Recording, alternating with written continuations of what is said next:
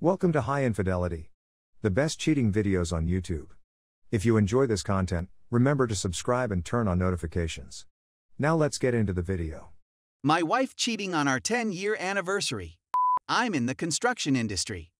Because of the weather, we've been working long hours attempting to make up for lost time. So I work 12 hours on beautiful days, occasionally a bit longer. I don't go in if it's pouring when I wake up. When it begins, we are sometimes sent home because it is too unsafe. I normally spend an hour or two at the gym. We began at 6 a.m. on Thursday, and it began to rain heavily by mid-morning. We're leaving. As usual, I head to the gym. I cut my exercise short and hurry downtown to meet my wife Megan, to offer her flowers and, if possible, to make preparations for dinner that night. We haven't seen each other much this week. I went to bed at 9 p.m. since she wasn't home. She had phoned earlier to say she was working late. This has been the case for the last month. I came to a halt, picked up some flowers, and walked inside her building at 12:30. Nishoel was working at the front desk. I informed her that since I arrived later than expected, she may place the flowers on Megan's desk. I don't believe they went to lunch yet, so why don't you drop them off yourself, she replied. To return to the offices, she buzzed the door. The location was desolate. When I arrived at her office, the door was locked.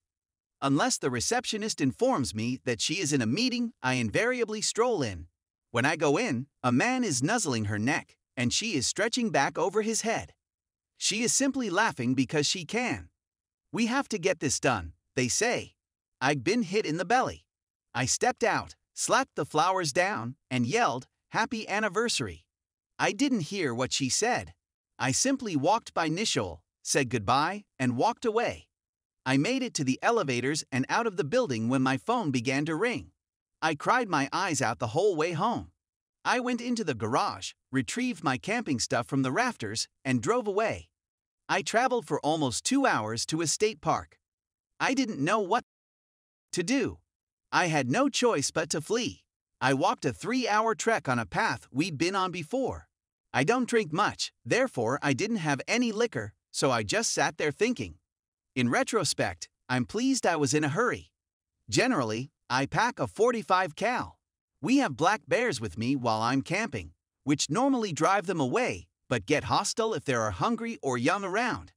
I may have eaten the barrel that night if I hadn't been feeling so bad.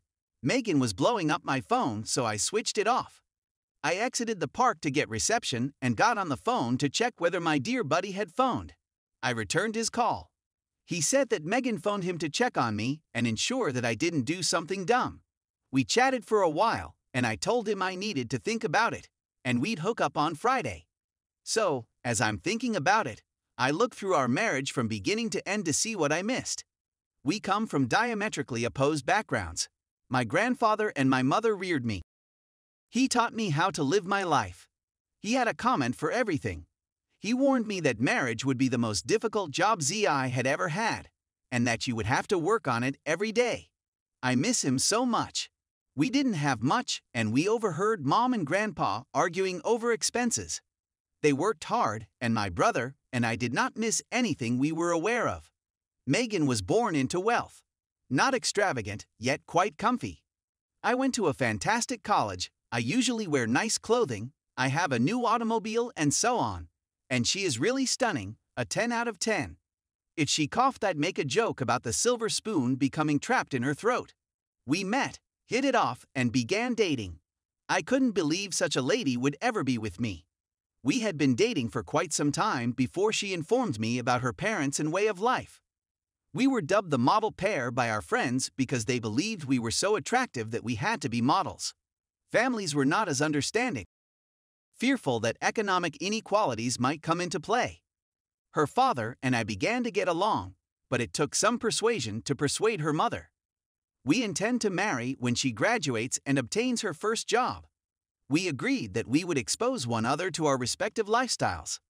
I took her white water rafting, she brought me to the symphony, we ziplined, we went to an art opening, and so on. We decided that we needed to get a sense of one another's interests. She was ecstatic with the additional active activities we undertook. I like symphonies and the like. I currently possess 2 tuxedos. I glanced back and noticed no red flags. Her first 2 jobs she resigned because the males were trying to get into her trousers. She was paraded in front for picture opportunities. When other newcomers were not invited to conferences, I was. A colleague attempted to get her intoxicated at a conference meal, then tried to push himself into her room that night. She resigned, then quit again at the next job. This third employment includes some female partners, and none of such nonsense exists in her company. She seemed to be quite joyful. We seemed to be quite joyful. So now that it's Friday, I'm back at home. I dialed her number. When asked where she was, she said she was back at work. In a smart attitude, I said that her marriage is taking a back seat to her profession. She said, what was she to do since I wouldn't talk? That's okay. She'll be there in 1 hour. So I sit and wait. I want to salvage our relationship. If I'm not contributing enough, I'd want to make up for it. Of course, I'd want to know why, but I'm not going to take a "I'm not sure" response. How do I put this?